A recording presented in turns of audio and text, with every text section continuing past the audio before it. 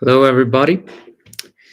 This review is about the reading I've done on the Double Helix, that is a personal account on the discovery of the DNA, of the structure of the DNA. It is a book starting off where there is a long process of research and of discovery, which is told by James D. Watson in his diary, which he then decided to publish. Uh, this scientific research is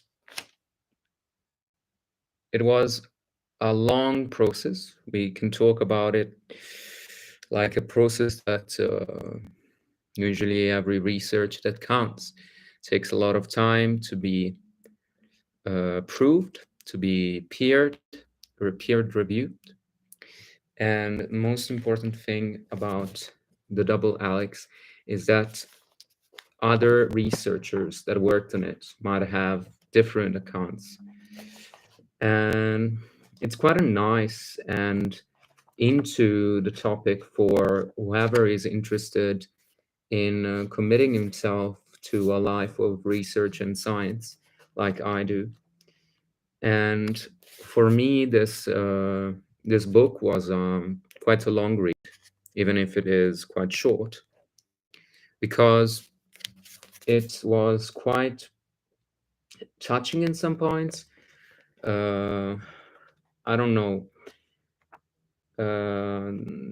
There was a woman working on it, which is called Rosalind Franklin, uh, whom she died, unfortunately, after not so many years. And she continued working on her research and working at her best capabilities till a few weeks she passed. And for me, she is an inspiration because she is a woman who worked during a period where women well in this field of research, which was mostly contributed and mostly done by men. Let's say also mm, sometimes even men that didn't see very well women. And there is an whole section all over the book talking about the relationship she tried to install with the researchers. And the main researchers in this book are Francis Crick and James D. Watson. Uh, the points I want to clear out is that um, in this book, you can really understand and see how it is important when you are on the brink of discovering something revolutionary, of not giving up hope. There is a section close to the end where James Watson manages to have a brilliant idea on the DNA being like having a like combination. And this idea, so you have adenine, cytosine, and they're combined. And this idea is immediately, let's say 24 hours, it starts to have doubts 6 hours after by watching the structure only. But it was still certain that something clicked. But after 24 hours, the idea was dismantled by a peer review done through an X-ray image, which was shared by Rosie, which is Rosalind Franklin, and she was an expert in radioscopy, which was mainly the way they managed to find out how the DNA was structured, and how to prove that their research was truthful and was representable.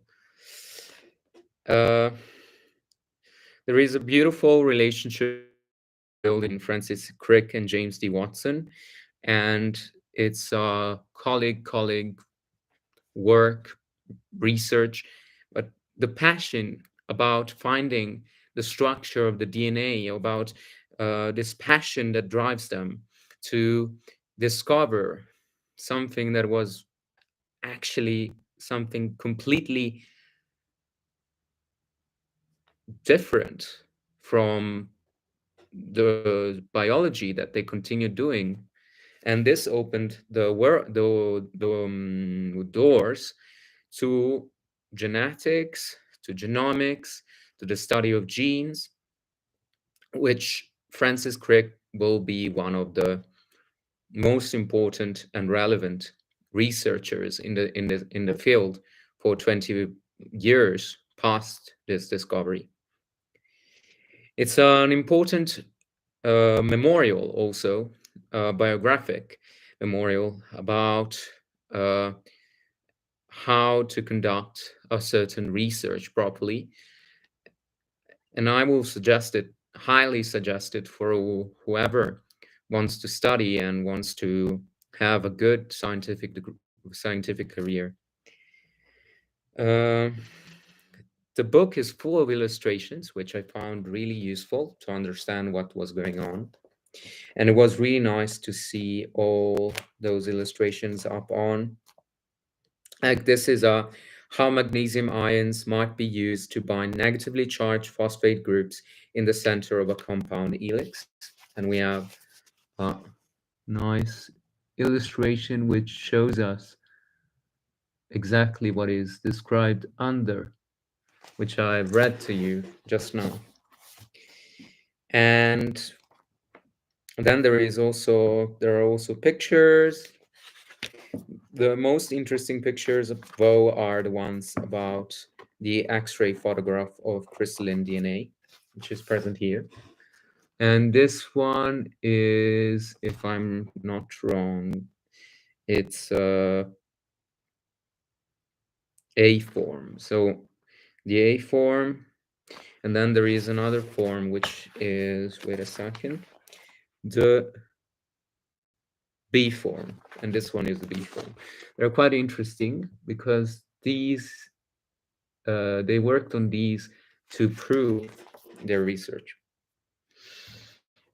Mm, it was a race, a real race, because the most important thing to remember is that when you are on the brink of discovering something, you are not always, you're often not alone, and you're often in a competition with other industries or with other companies that would like to, or other people and researchers that would like to take the prize instead of you.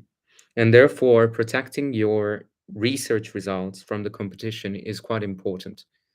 And they did it by keeping it away from their rival, which wasn't a real rival, it was a colleague, but he was working on the research, and he was working with another set, or whenever with another group. And here we can see that uh, he, James asks cordially to Delbruck, which is another, which is which is a publisher working on Nature, to keep the results from pulling.